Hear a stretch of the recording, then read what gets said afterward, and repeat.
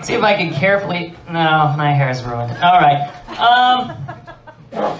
Wow. Bless you. Hey, it's not over yet, everybody. It's time for our good friend Greg Cislon. Let's hear it!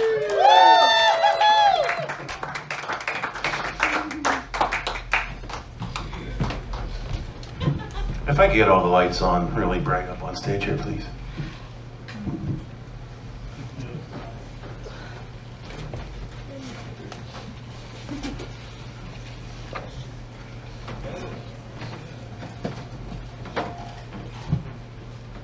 I'll borrow this stool if that's okay. No.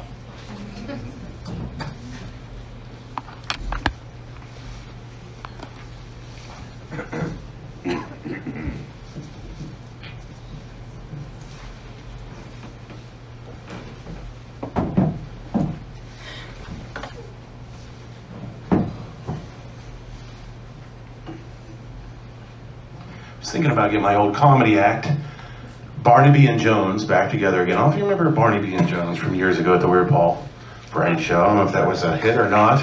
Yeah. I know I missed it. And before we reunite the comedy duo of Barnaby and Jones here, so I'd like to get this off my chest. At work, the last week or two, we have new air conditioning units. They're not working, so it's been hot and stuffy. On top of that, there's a dead deer within about 100 yards down in the woods of the building that I work. And they opened all of the ducts up, you know, in this new thing, trying to air stuff out, and it wafts in. So it's really hot and stuffy. It's like the strongest dead animal smell I've ever smelled. And then earlier this week, one of the assistants got stung by a bee 4 times in her chest. Oh my God. And my uncle identified the bee as a miner bee, or a mining bee, which is not a social bee. That is, they're on their own. They're usually like a ground dweller. And so it probably came up from a mulch or something like that. And they don't usually, they live in Pennsylvania, they don't usually sting people, but you know, if they're agitated, they will. So hopefully things will pick up at my work there. It's been kind of miserable. We're gonna try to reunite this here. Let's see if we can do this on the logistics. So, ladies and gentlemen, this is gonna be Barnaby and Jones. We're gonna do a little audio test here first. All right, I hope this works. I hope really everyone enjoys this. I hope I enjoy this.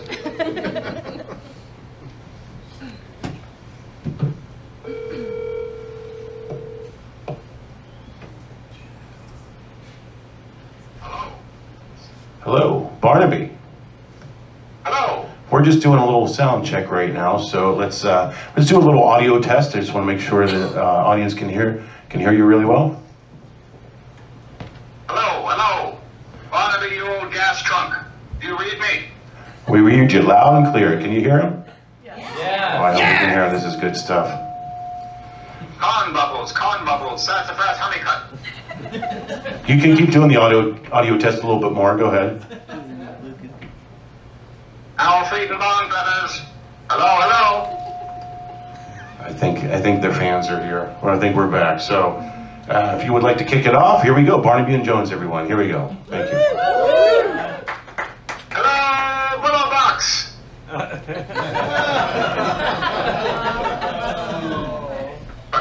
Oh, pardon self. I was confused by the decor. It's a good-looking crowd, isn't it, Barnaby? It really is. Yeah, it's a really nice. I would say. Everybody looks pretty professional. Oh, very professional. Yeah, absolutely. So I was kind of getting into character here. This is a nice Thursday night here over in Allentown, Pennsylvania. That one guy looks like he's Indiana Hooskow. Oh, he's from the Hooskow. I can tell you that right now. Hey, Barnaby. Yeah, Jones? You know, the other day, I had a salad. Salad! You don't say. Yes, and it tastes as bad as it sounds. Only a little bit better.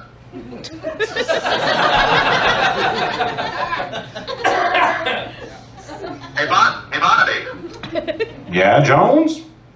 Have you ever had a case of bourbon eye?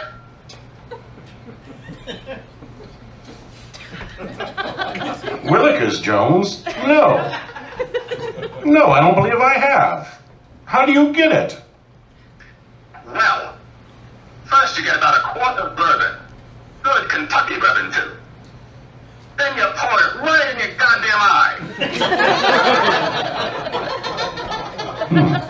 Until it's empty.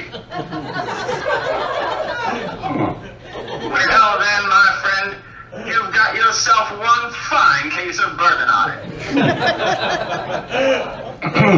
Hey, Barnaby. Yes, Jones?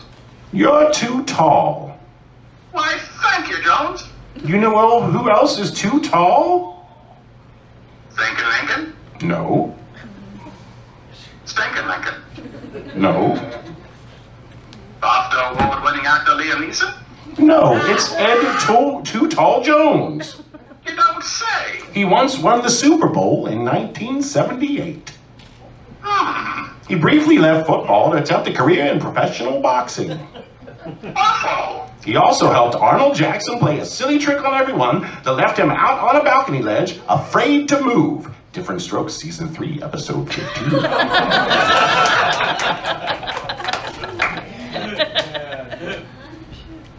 Hey, Tommy. Yeah, Tommy? You've had sourdough bread. Why, yes. Well, maybe you can clue me in. How come sourdough bread? I don't follow.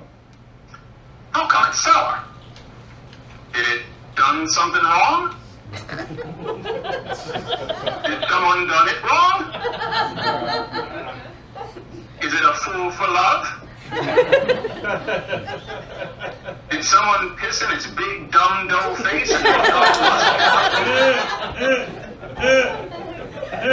because it sure tastes like someone took a big piss right in its big dough face and made it all kinds of musty and huppy.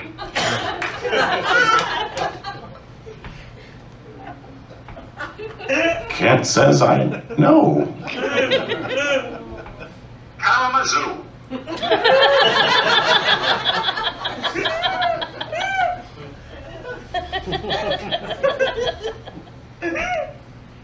Speaking of Michigan, hey Barnaby, Yeah, Jones? have you ever had a dry pear? Why, yes. Yes, I have. Well, I hope you put some lotion on them. Why, you...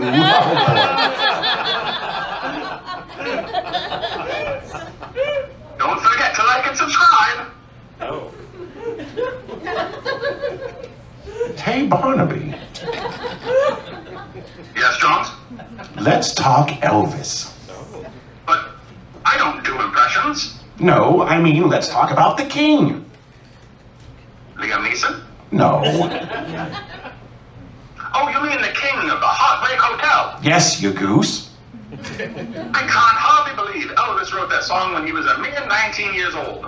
Actually, he wrote it in his early 20s with help of Tommy Durden and Mae Boren Axton.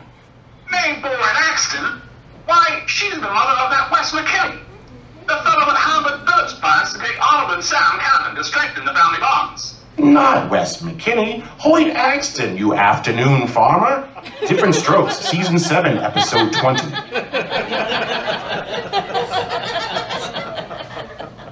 Hey, Barnaby. Yeah, Jones. Well, the other day, it wasn't the same day, my old lady, who doesn't exist, started giving me the business. What business? She started giving me the real business. Blam! I hate to hear that. That's enough to make a man hide his cookies. Hide his Hydrox? Hide his slippers? Hide his red socks. That's enough to make a man want to put a hole in his Hydrox. Barnaby, you ain't just whistling pussy. You're telling me? No. She's telling me this, and she's telling me that. And then she's back to this. And then she's back to that. And finally I says to her, I says, listen, you dizzy bird, make up your mind. Is it this, or is it that? So? Which one was it? Can you believe it? It was both. So you know what I done?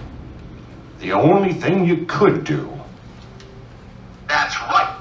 I told her to zip it, gave her a swift boot in the toilet, and then I went back to work selling milk.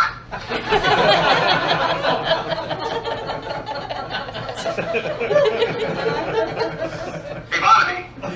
Yeah, Jones?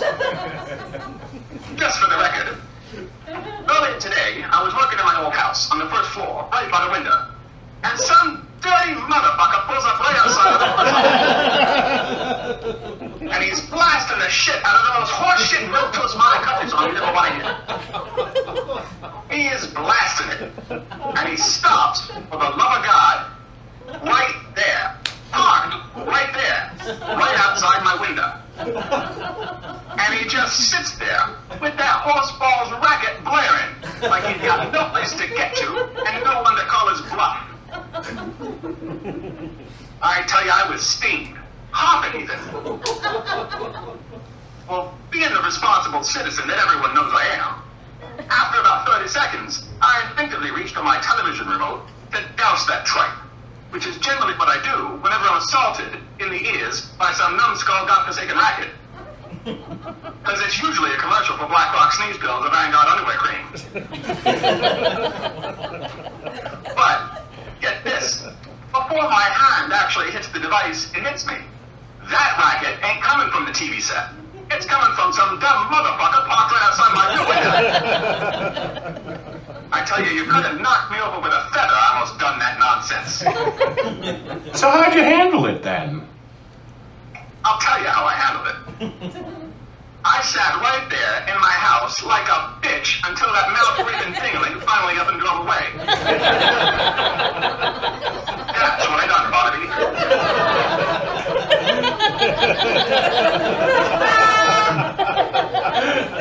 Good Christ, Barnaby, what the fuck was that? You're just hearing laughter, that's all. I like it. We're killing him, I think. Hey, Barnaby. Yeah, Strong? Grady. Who are you calling? Why, Grady Wilson. I remember him. You remember the zoo, you old skunk? Grady's memory wasn't too sharp when he played Eddie Johnson living in the Golden Gate Nursing Home. Full House, Season 5, Episode 7. Actually, that's actor Whitman Mayo playing those old timers. I remember when they had a hotline trying to find the gentleman actor. I remember your old hotline number, 1-800-SKUNK. That one hurts, Bobby. Hurts like when Phillips' plan to adopt Arnold and Willis Jackson is delayed when Jethro Simpson, also played by Mayo, pretends to be their cousin and claims that he was promised custody. Different Strokes, Season 2, Episodes 7 and 8. Hey, Barnaby. Yeah, Jones? You remember when Joanna Marie made that pizza? Yes, Shaw. And then when Edna said she knew what a Greek was, and she was only kidding when she acted like she didn't. Of course. I tell you what, I'm not so sure she was kidding. I can't tell, I tell you, I can't tell. It's not clear in the context of the scene. It ain't clear, I tell you. Is it supposed to be clear? Is I supposed to know? Is I supposed to know? They got no goddamn business making me guess. Thank you, Jones. Thank you, Barnaby. I appreciate it. The band's back together. Thank you, everyone. Have a great September. Say goodnight, Barnaby. Boppo.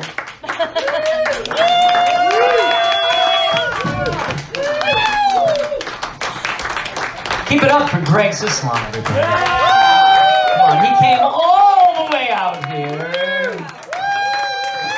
Let's go. All right, my band and I are going to set up our equipment on stage now. Then we're going to take requests from you all. That's the audience, whatever you want to hear. In the meantime, get yourself a nice, cool drink. And don't forget, if you're interested, sign up on the paper next to the sound booth there. You can write down your name and email address if you'd like to appear at a future Weird Paul Rock Band variety show. The next one's November 30th. Hope to see you there. Then, just don't go away, folks. We'll be right back.